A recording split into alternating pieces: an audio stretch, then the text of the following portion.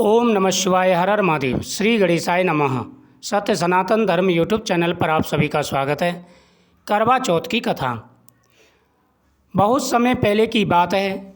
एक साहूकार के साथ बेटे उनकी एक बहन थी।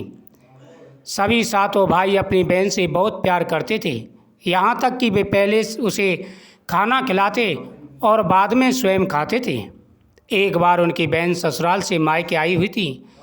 शाम को भाई जब अपना व्यवसाय बंद कर आए तो देखा उनकी बहन बहुत ही व्याकुल थी। सभी भाई खाना खाने बैठे और अपनी बहन से भी खाना खाने का आग्रह करने लगे, लेकिन बहन ने बताया कि आज उसका करवा चौथ का निर्जल व्रत है और वह खाना सिर्फ चंद्रमा को देखकर उसे अर्घ देकर ही खा सकती है। चूँकि चंद्रमा अभी तक नहीं निकला है, इसलिए वह भूख प्यास से व्याकुल हो उठी है।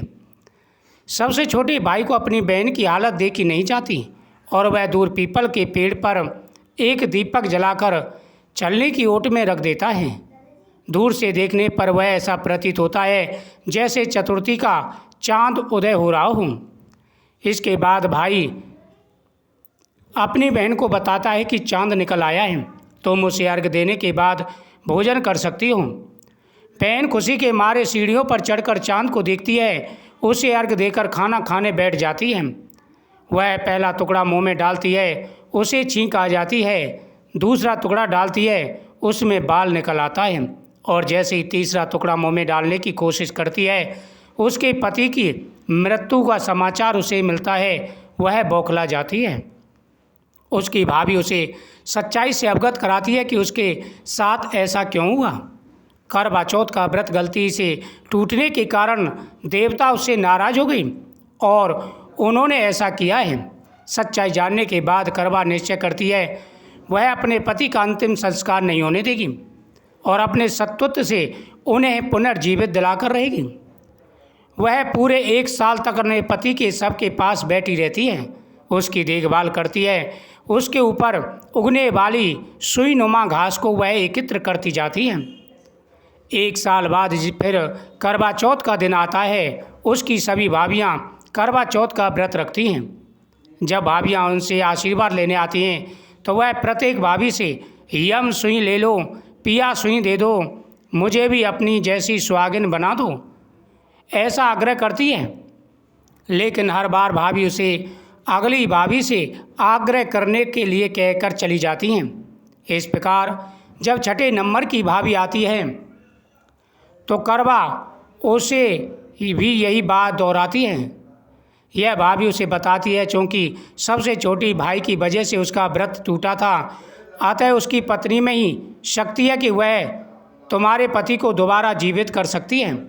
इसलिए जब वह आए तो तुम उसे पकड़ लेना और जब तक वह तुम्हारे पति को जिंदा ना कर दे उसे नहीं छोड़ना। ऐसा कहकर वह चली जाती है। सबसे अंत में छोटी भाभी आती है।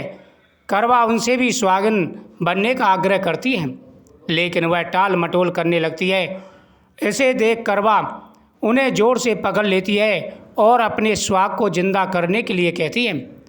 भाभी उससे छुड़ाने के लिए नोचती है, खसोचती है, लेकिन करवा नहीं छोड़ती। अंत में उसकी तपस्या को देखकर भाभी पसीज जाती है और अपनी छोटी उंगली को चीरकर उसमें से अमृत उसके पति के मुंह में डाल देती है।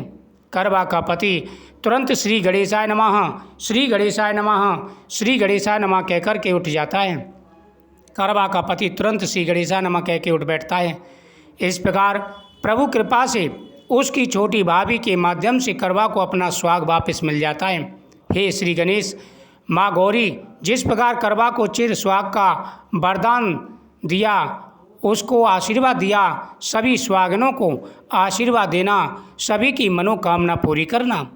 करवा चौथ के दिन सुहागिन महिलाएं अगर यह कथा सुनती हैं तो उन्हें अखंड सौभाग्य प्राप्ति का वरदान प्राप्त होता है, उनकी प्रत्येक मनोकामना पूरी हो जाती है।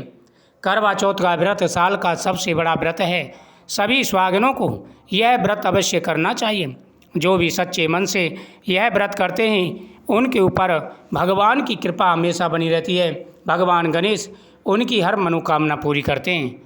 करवा चौथ माता आशीर्वाद देती हैं, सुख और समृद्धि आती है, जीवन में खुशियाँ आती हैं। कथा सुनने के बाद में रात को चंद्रमा को अर्घ देने के बाद में व्रत पूर्ण किया जाता है। जय श्री कृष्ण।